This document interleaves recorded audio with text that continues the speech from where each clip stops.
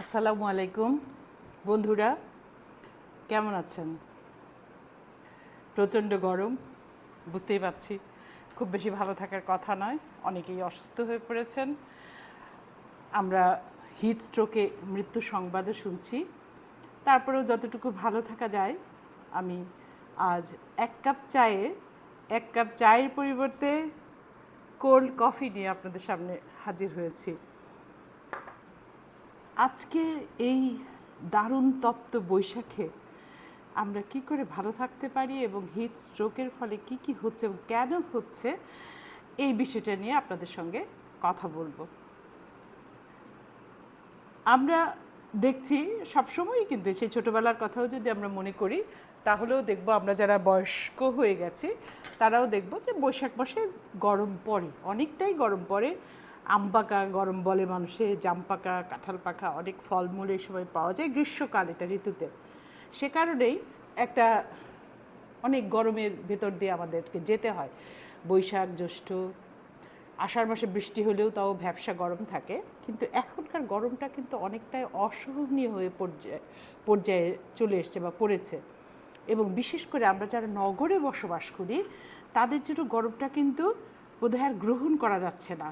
আর গ্রহণ করা না গেলে বললেই কি আমরা এটা থেকে বেরোতে পারছি না। তো এত গরম কেন প্রতি বছরই বেড়ে যাচ্ছে, কারণটা কি? আপনি দেখবেন চারপাশে আপনার গাছপালার খুবই অভাব। আমার একটি ছাত্রী দুদিন আগে দেখলাম যে তারা গাছ লাগানোর জন্য পরামর্শ দিচ্ছেন, এবং সে শুধু না, অনেকেই ফেসবুকে পরামর্শ দিচ্ছেন গাছ লাগাতে হবে, লাগাতে হবে, লাগাতে হবে। বাঙালি আমরা বলি হুজুগে বাঙালি, একটি শব্দ আছে, সেটি বোধহয় বাঙালির ক্ষেত্রে খুবই প্রযোজ্য। কারণ এই এখনই যদি গরম কমে যায় সবাই কিন্তু গাছ লাগানোর কথা ভুলে যাবে।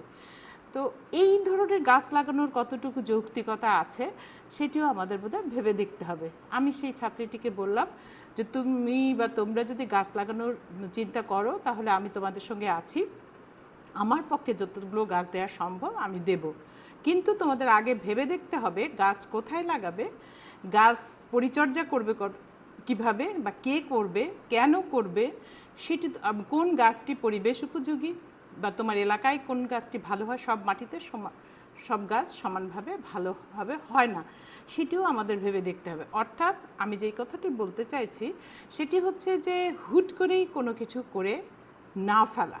কারণ গাছ আজকে লাগালেই কিন্তু গরম কমে যাবে না। এখন এই গরম এত বেশি কেন, এটি কিন্তু তীব্র তাপপ্রবাহ বলা হচ্ছে, এবং হিট অ্যালার্ট দেওয়া হচ্ছে। শিক্ষা প্রতিষ্ঠানগুলো বন্ধ হয়ে গেছে। সেই বন্ধ হয়ে গেছে বললে ভুল হবে, যেদিন খোলার কথা ছিল বা কিছু হয়তো খুলেছিল অন্য সরকারিগুলো বাদ দিয়ে, সেগুলোকেও একটা দীর্ঘ আরও এক সপ্তাহ বন্ধ দেয়া হয়েছে। এখন আমাদের তো ভেবে দেখতে হবে যে কেন গরম বাড়ছে, এই হিট বাড়ছে হঠাৎ করে এই দেশে। আগে দেখা যেত একটু গরম বেশি হলে বৃষ্টি হতো, কিন্তু এখন আমরা যদি এবছরই খেয়াল করি অনেকটা সময় ধরে কিন্তু কোনো বৃষ্টি নাই বললেই চলে। বেশ কিছুদিন আগে 2-3 দিন পর পর বৃষ্টি হয়েছিল, তারপরে এখন আর বৃষ্টি নেই। সেক্ষেত্রে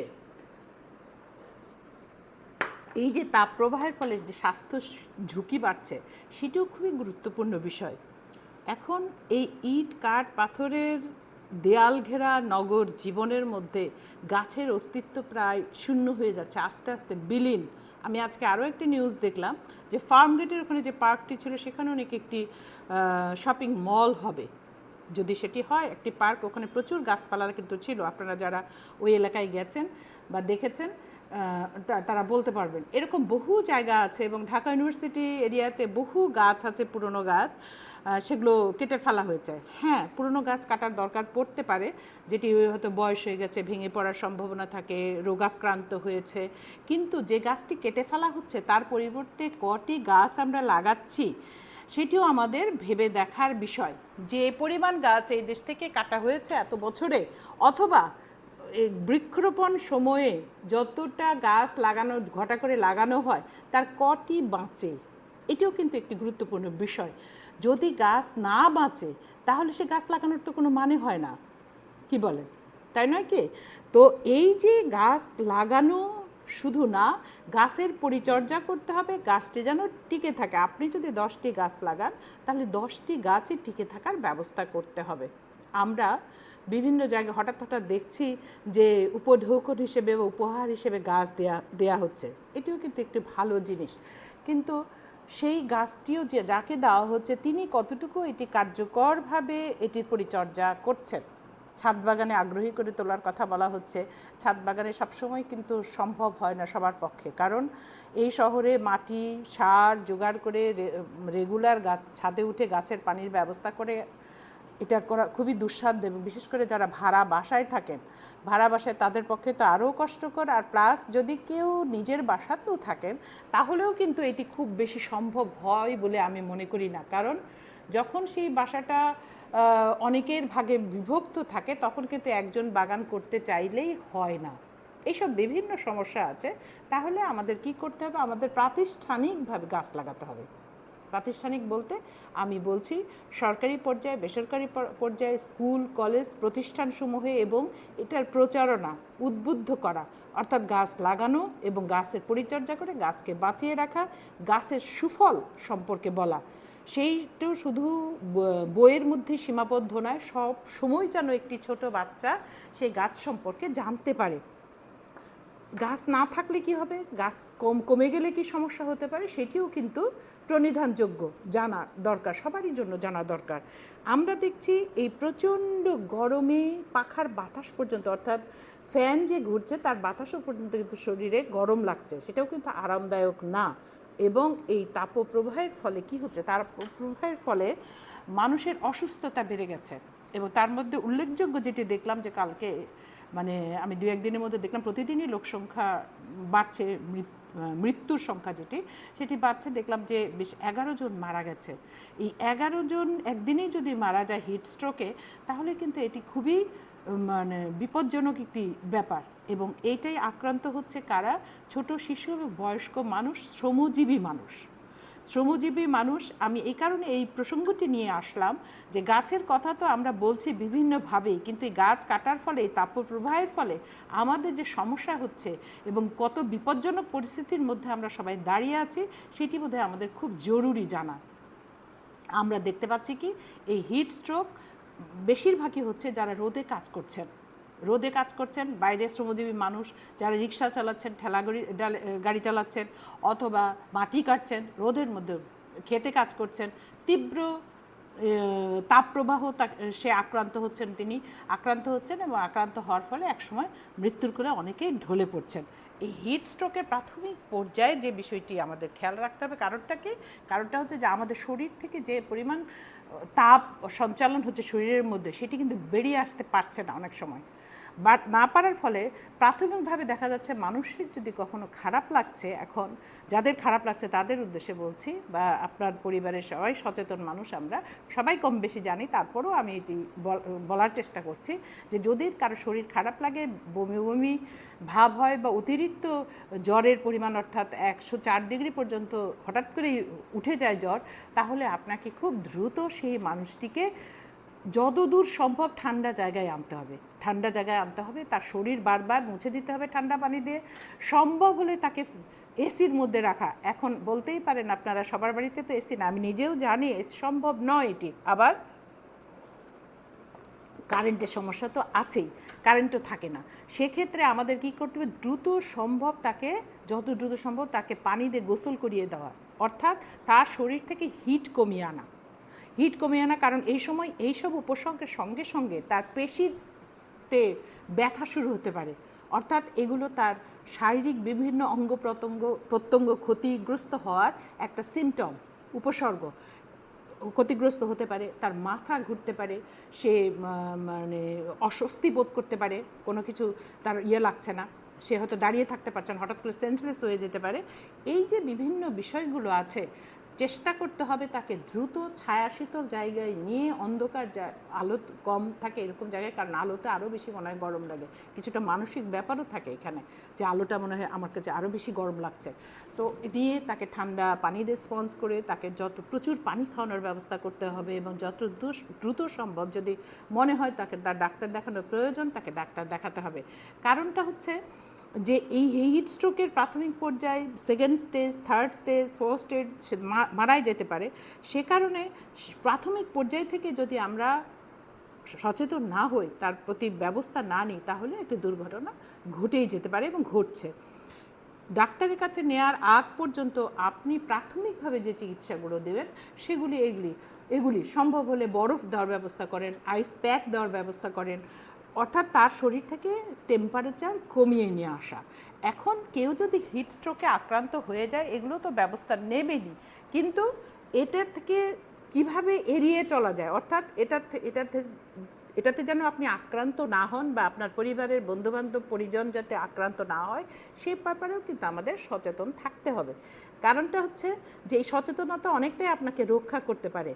অসুস্থ হওয়ার আগে অসুস্থ না হওয়ার চেষ্টা করাটা আমাদের জন্য খুবই জরুরি। সেক্ষেত্রে আপনি কি করবেন? রোদ এড়িয়ে চলবেন। ওই যে বললাম, যারা শ্রমজীবী মানুষ আছেন তারা চেষ্টা করবেন দুপুরের প্রচণ্ড রোদে এই কাজগুলো না করতে। হ্যাঁ, বলতেই পারেন যে তারা খাবে কোথায়, এটাও ঠিক যে তারা খাবে, তাদের উপার্জন যদি বন্ধ হয়ে যায় সেটিও আমাদের ভাবার বিষয়, সেদিকেও আমাদের মনে হয় নজর দিতে হবে। যারা দেশ পরিচালনার দায়িত্বে আছেন তাদেরকে দেখতে হবে বিষয়টি। এবং কী করতে হবে? ঢিলে ঢালা পোশাক, সুতি কাপড় এই জন্য পরতে হবে, পাতলা সুতি কাপড়, ঢিলে ঢালা পোশাক, অর্থাৎ শরীর থেকে ঘাম মানে তাপটা যাতে বেরিয়ে যেতে পারে। মোটা কাপড়ে বা আঁটোসাঁটো কাপড়ে তাপটা বেরিয়ে যেতে না পারে না, ফলে আরও ক্ষতিগ্রস্ত হয় মানুষ যিনি পরে থাকেন। গাঢ় কোনো রং অ্যাভয়েড করা, অর্থাৎ তাপ শোষণ করে বেশি গাঢ় রং। আপনি যত হালকা রং করবেন, সাদা, বেবি পিঙ্ক বা লেমন ইয়েলো, বহু রং আছে, লাইট কালার, সব কিছু পেস্টেস সব আছে, এগুলো আপনি পরলে তখন তাপ এটা বহন করে কম, যার ফলে আপনাকে গরমের ফিলিংসটা আপনার কম হবে। খুব জরুরি না থাকলে বাইরে না বেরোনো। হ্যাঁ, আপনি বলতে পারেন কাজ আছে যাদের, হ্যাঁ কাজ আছে তাদের চেষ্টা করবেন রোদ প্রখর হওয়ার আগেই যাতে আপনি সেই কাজটি সেরে নিতে পারেন। ছোট বাচ্চাদের ক্ষেত্রে যাতে পানি শূন্যতার না ঘটে, অর্থাৎ পানি শূন্যতা মানে পানির অভাব না ঘটে, সেই জন্য তাকে বারবার পানি খাওয়ানোর ব্যবস্থা করা, এবং যদি প্রয়োজনে ডাক্তার দেখাতে হয় সেক্ষেত্রে ডাক্তার দেখাতে হবে। বড়রা স্যালাইন খেতে পারেন অথবা ডাক্তারের পরামর্শে খেতে পারেন, ডাবের পানি খেতে পারেন। যে কোনো লিকুইড জিনিসই আপনি যত খাবেন ততই আপনার দুধে তরল যত যাবে তত আপনি স্বস্তি পাবেন, অর্থাৎ আপনার যে ডিহাইড্রেশন হওয়ার বিষয় আছে, অর্থাৎ পানি শূন্যতার বিষয় আছে, সেটি থেকে আপনি রক্ষা পাবেন। আরেকটি বিষয় আছে, বাচ্চারা যাতে দৌড়াদৌড়ি করে না খেলে, কারণ প্রচণ্ড গরমে তার ঘাম বেশি হবে, সেখান থেকেও সে অসুস্থ হয়ে পড়তে পারে, সেখানেও বাবা মাদের খেয়াল রাখতে হবে। আর কি করতে হবে? যারা বয়স্ক আছেন, যারা অনেকে হয়তো এক্সারসাইজ করেন, হাঁটেন, তাদেরও এই মুহূর্তে বোধহয় সেটি পরিহার করা উচিত। আর করতে চাইলেও রাত্রিবেলা যখন রোদ থাকে না বা এসি আছে এরকম একটি কোনো ঘরে আপনি ফ্রি হ্যান্ড এক্সারসাইজ করতে পারেন বা অন্য কিছু করতে পারেন। না হলে যে কয়দিন গরম আছে সে কয়দিন অন্তত পরিহার করে চলুন। আপনার এক্সারসাইজ এই মুহূর্তে শারীরিক যে কোনো কসরতই আপনার জন্য ক্ষতির কারণ হয়ে দাঁড়াতে পারে। আর কি হতে পারে? আর তীব্র রোদের মধ্যে প্রয়োজন ছাড়া রাস্তাঘাটে আপনি বের হবেন না, কারণ এই সময় কিন্তু জীবাণু অনেক সক্রিয় হয়ে যায়, ভাইরাস যেগুলো অনেক সক্রিয় হয়ে যায় তাপের ফলে, এবং তাতে হয় কি অনেক রোগ বৃদ্ধি পেতে থাকে এবং আপনি সহজেই কিন্তু আক্রান্ত হন। দেখা যাচ্ছে যে এখন ডেঙ্গুও বেড়ে গেছে, কারণ মশা বেড়ে গেছে, মশার ফলে এই ডেঙ্গুর প্রকোপ বা প্রভাবটা বেশি পড়ছে আমাদের উপর। হাসপাতালগুলোতে দেখা যাচ্ছে যে রোগীর সংখ্যা বেড়ে গেছে এই তাপের ফলে, অর্থাৎ তাপজনিত কারণে বিভিন্ন অসুস্থতা নিয়ে, ডায়রিয়া, জ্বর, খিঁচুনি, বাচ্চাদের পানি শূন্যতা, বড়দের বিভিন্ন সমস্যা নিয়ে তারা এসে হসপিটালে ভর্তি হচ্ছে। কিন্তু আমাদের হাসপাতালগুলোতে এত ধারণ ক্ষমতা নাই, যদি এটা ব্যাপক হারে দাঁড়ায় তখন কিন্তু এটি সমস্যার কারণ হয়ে দাঁড়াবে। আরেকটি কি, অনেকে এই যে যারা বয়স্ক আছেন, বিশেষ করে যারা উচ্চ রক্তচাপের জন্য মেডিসিন নিয়ে থাকেন, ওষুধ খেয়ে থাকেন, অর্থাৎ এই সমস্যা যাদের আছে এবং ডায়াবেটিস আছে, খুব বেশি ডায়াবেটিস আছে, নিয়ন্ত্রণ করতে পারছেন না বা করছেন না, অনেকেই করছেন না, সে কারণে করছেন না বলতে যেগুলো মেনে চলা উচিত সেটি উনি মানছেন না। আমি নিজেই ভুক্তভোগী, আমার বাসাতেই আছে, সে কারণেই বললাম যে কোনো কথাই ওনারা শুনতে চান না।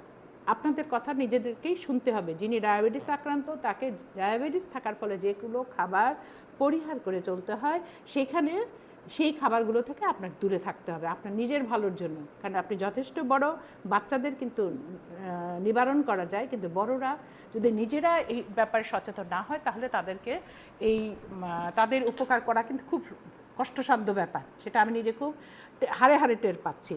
তো এই বিষয়টাও কিন্তু পরিবারের সদস্যদের মধ্যে যদি এই ধরনের মানুষ থাকে তাদের ব্যাপারেও আপনাকে সচেতন হতে হবে। তাকে তো হতেই হবে, কারণ তিনি যদি আপনার সঙ্গে কোঅপারেট না করেন, সহযোগিতা না করেন, তাহলে আপনি তার জন্য কিছুই করতে পারবেন না।